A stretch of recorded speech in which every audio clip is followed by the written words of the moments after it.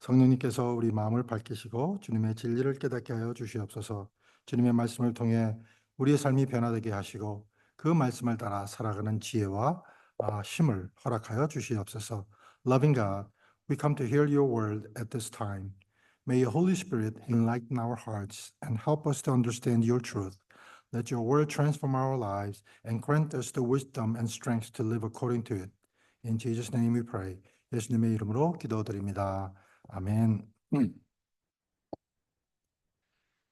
지난주 가인과 아벨의 제사에서 하나님께서 가인의 예배를 연락하지 않으신 이유는 그의 마음과 태도에 있었다고 말씀드렸습니다. 가인의 예배는 형식적이고 진심이 없었으며 하나님을 경외하는 마음이 부족했습니다. 반면 아벨은 믿음과 진심으로 제사를 드렸기 때문에 하나님께서 그의 제사를 기쁘게 받으셨다는 것을 지난주 저희가 들었습니다. 히브리서 11장에 따르면 가인의 제사는 믿음 없이 의무적으로 드렸기 때문에 하나님께서 그의 제사를 연락하지 않으셨다는 것을 우리가 알 수가 있습니다. 가인의 예배 실패는 단지 그 개인의 문제가 아니었습니다. 예배는 인간이 하나님과의 관계를 유지하는 가장 중요한 행위였습니다. 이사야서 43장 21절에서 이 백성은 내가 나를 위하여 지었나니 나를 찬송하게 하려 함이니라 라고 말씀해 주고 있듯이 하나님께서 사람을 창조하신 그 목적 중 하나는 하나님을 그분을 찬양하기 위함인 것을 우리가 알 수가 있습니다. 그런데 가인은 이 목적에 반하는 행동을 하였고 그 결과로 살인이라는 극단적인 죄를 저질렀습니다. 하나님은 가인에게 추가적인 형벌을 내리셨습니다. 오늘 본문 12절에 따르면 가인은 땅에서 소출을 얻지 못하고 유리하는 자가 될 것이라고 선고받습니다. 이 형벌은 하나님의 도우심과 보호하심을 받지 못하는 상태로 가인은 더 큰 고통 속에 살아가게 되는 것입니다. 가인은 자신의 형벌이 너무 무겁다고 하나님께 호소합니다. 그는 자신이 쫓겨나 하나님의 얼굴을 보지 못하고 땅에서 유리하는 자가 될 것을 두려워합니다. 가인은 이러한 형벌이 자신을 죽음으로 이끌 것이라며 두려워했으며 이는 그가 하나님의 보호 없이 살게 되는 형벌의 그 심각성을 보여줍니다. 가인이 형벌이 너무 무겁다라고 말한 것은 하나님이 내리신 형벌을 받아들일 수 없다는 그러한 항변입니다. 하나님한테 따지는 겁니다. 그런 자신의 죄, 즉 하나님께 드린 제사를 거절당하고 아벨을 죽인 일이 하나님께로부터 그러한 형벌을 받을 만큼 큰 죄가 아니라고 주장을 하며 여전히 자신의 죄를 인정하지 않았던 것입니다. 가인의 이러한 태도는 선악과를 먹었던 아담과 하와의 교만에서 발전한 것입니다. 가인은 선악의 판단뿐만 아니라 상벌의 수준까지 스스로 결정하려는 그런 교만에 빠져 있었던 것입니다. 그는 자신의 죄에 대해 회개하지 않고 여전히 하나님을 향한 그 분노를 품고 있었던 것입니다. 가인은 그 14절에서 자신이 받을 처벌보다 자신의 생명을 더 걱정하며 나를 만나는 자마다 나를 죽이겠나이다 라고 하나님께 호소합니다. 이는 죄인의 전형적인 모습으로 자신에게 불리한 부분은 인정하지 않으면서도 자신에게 유리한 것을 요구하는 그러한 태도를 보여주는 것입니다. 그럼에도 불구하고 하나님은 가인에게 표를 주어 그를 보호해 주십니다. 성경은 그 표가 무엇인지 명확히 설명하지는 않지만 하나님은 사람들로 하여금 가인을 해하지 못하도록 보호 조치를 내리셨던 것입니다.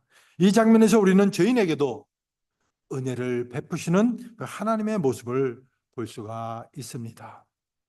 가인의 죄와 그에 대한 반항적인 태도는 노아의 홍수 이전까지 하나님을 반대하는 세력의 시작을 보여줍니다.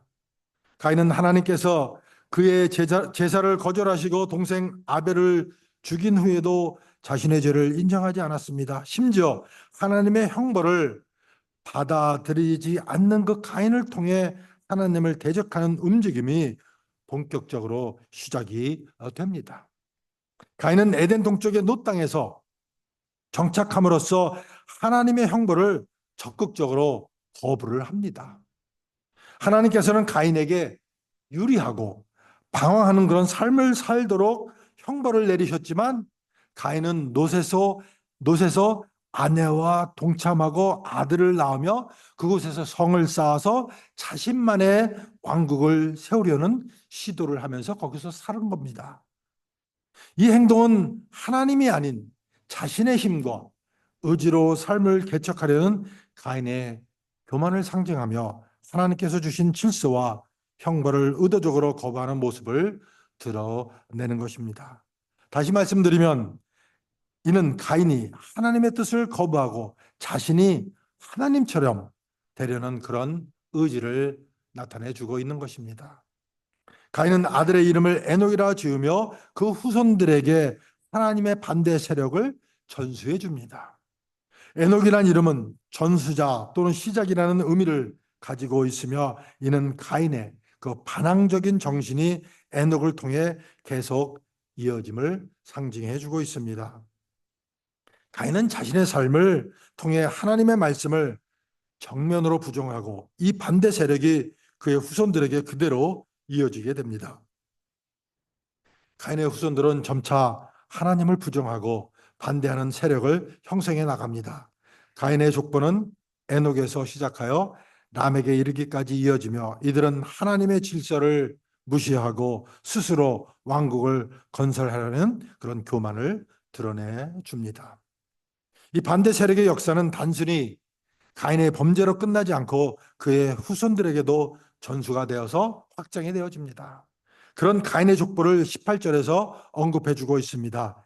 에녹이 이랏을 낳고 이랏은 무야엘을 낳고 무야엘은 무드사엘을 낳고 무드사엘은 라멕을 낳았더라. 라멕은 가인의 6대 손으로 그의 이름은 힘센 자 또는 강한 자를 의미합니다. 라멕과 그의 아들들 즉 가인의 7대 손은 하나님의 반대 세력이 본격적으로 발전하는 시기를 상징합니다. 이들은 하나님을 부정하고 그분의 질서와 권위를 조롱하며 스스로 하나님과 같이 되고자 하는 극단적인 교만을 드러내고야 말았습니다. 라멕은 본문 23절 24절에서 자신이 사람을 죽였음을 자랑을 하고 떠벌렸습니다. 그러면서 가인보다 더 큰 보호를 받을 것이라고 선언을 합니다. 이는 자신이 하나님을 두려워하지 않고 살인을 자행해도 아무런 해를 입지 않을 것이라는 아주 교만한 그런 태도를 보여주는 것입니다. 라멕과 그의 후손들은 하나님의 심판을 두려워하지 않고 오히려 스스로의 힘과 능력을 과시하면서 하나님을 대적합니다. 이로 인해 하나님을 반대하는 세력은 그들 사이에서 절정에 이르며 인간의 교만과 하나님에 대한 반항이 가장 강하게 드러나는 시기가 됩니다. 창세기 4장 19절로 22절은 라멕과 그의 후손들에 관한 내용을 다루고 있으며 이 구절은 그 시대의 혁명적인 문화와 문명의 발전을 보여줍니다. 라멕은 하나님이 세우신 한 남자와 한 여자의 그 가정 원칙을 깨고 두 아내를 맞이하는 그런 죄를 범합니다.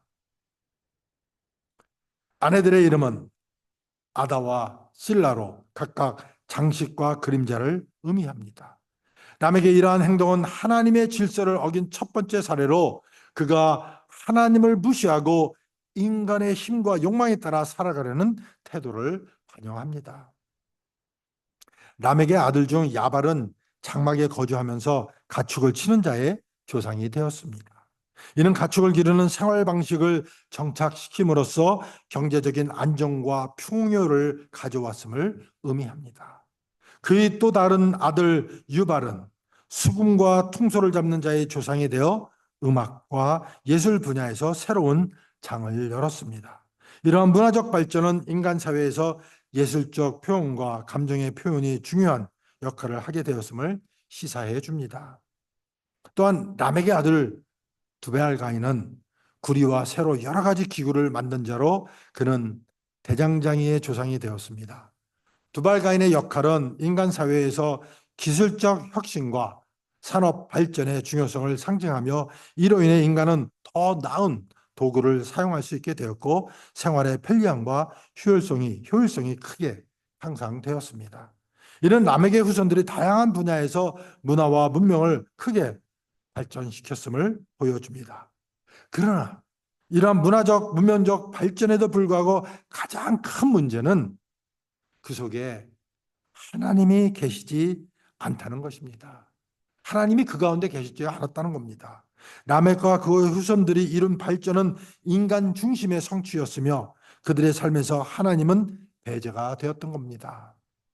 라멕은 하나님을 경외하지 않았고 스스로의 능력과 지혜로 문명을 이끌고 가려고 했으며 이는 인간의 교만과 자만을 상징해 줍니다. 라멕의 시대에 이루어진 문화와 문명의 발전은 풍성함과 편안함을 가져왔지만 하나님 없이 이루어진 발전은 결국 인간의 타락을 촉진시키는 요인이 되고 말았던 것입니다. 하나님을 떠난 삶은 아무리 풍요롭고 편리해 보일지라도 영적으로는 공허하고 위험한 상태에 있음을 보여줍니다. 람에게 행위는 하나님께 대한 경외심 없이 자신의 욕망과 쾌락을 쫓는 인간의 모습을 상징하며 이는 하나님을 떠난 인간이 어떻게 살아가는지를 단적으로 보여주고 있습니다.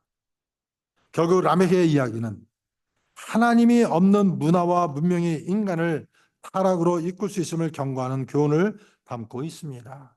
하나님께서 주신 질서를 무시하고 자신의 힘과 성취에만 의존하는 삶은 근본적으로 위험하며 하나님 없는 풍요와 편안함은 영적인 파멸을 초래할 수 있습니다.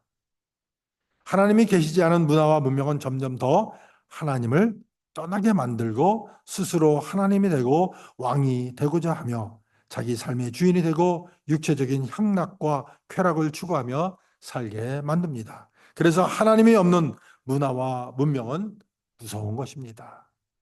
또한 라멕은 본문 23절, 24절에서 자신의 아내들에게 자신이 사람을 죽였음을 자랑스럽게 이야기합니다.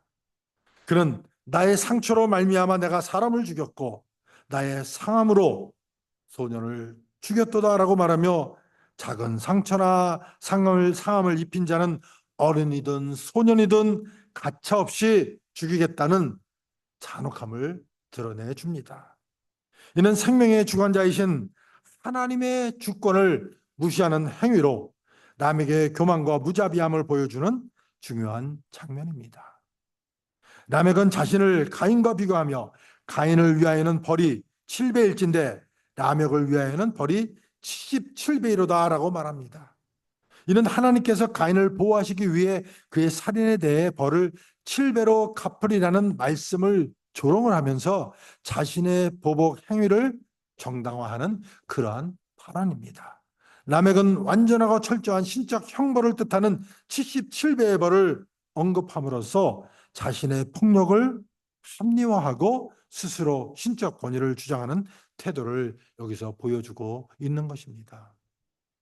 이 구조는 성경에 기록된 최초의 시며 노래로 그 내용이 하나님을 조롱하고 반항하는 것이 특징입니다. 이는 가인으로부터 시작된 하나님의 반대 세력의 대표적인 모습입니다.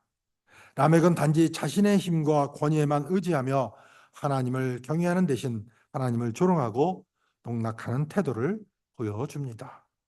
라멕과 그의 후손의 반항적인 삶은 단순히 문화적, 문명적 발전으로 끝나는 것이 아니라 믿음 없는 제사로부터 시작된 결과임을 알 수가 있습니다. 가인이 하나님께 드린 제사가 믿음이 없이 드려졌기 때문에 거절당한 것처럼 라멕과 그 후손들의 삶 또한 하나님을 떠나고 교만에 빠지게 되었습니다. 가인의 후손 이야기에서 우리는 예배의 중요성을 깨닫게 됩니다. 특히 주일 예배는 단순한 의식이 아니라 우리의 생명과도 같은 중요한 예배입니다.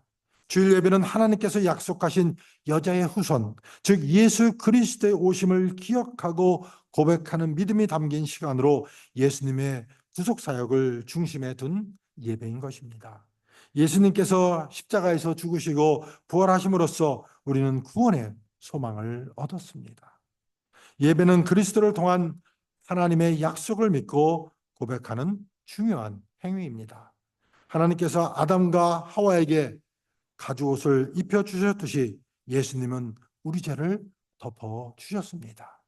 그분을 믿음으로 우리는 깨어진 하나님의 형상을 회복하게 되며 주일 예배는 이 놀라운 은혜를 인정하고 감사하는 그러한 시간인 것입니다.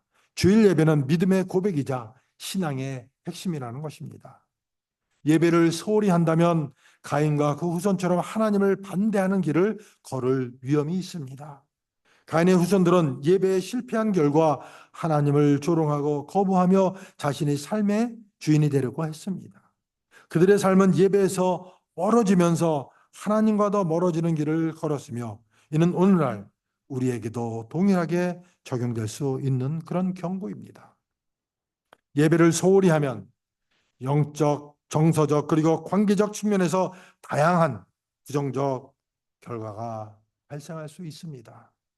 하나님과의 관계가 멀어지며 영적 무기력에 빠질 위험이 커지고 신앙이 약해져 죄의 유혹에 더 쉽게 넘어가게 됩니다. 또한 삶의 혼란과 스트레스를 겪게 되고 가족과 신앙 공동체와의 관계가 약화될 수 있습니다. 결과적으로 예배를 소홀히 하면 영적 성장이 멈추고 삶의 여러 면에서 혼란과 어려움을 겪게 됩니다. 주일 예배는 우리의 영적 삶과 직결되며 하나님과의 관계를 회복하는 아주 중요한 시간입니다.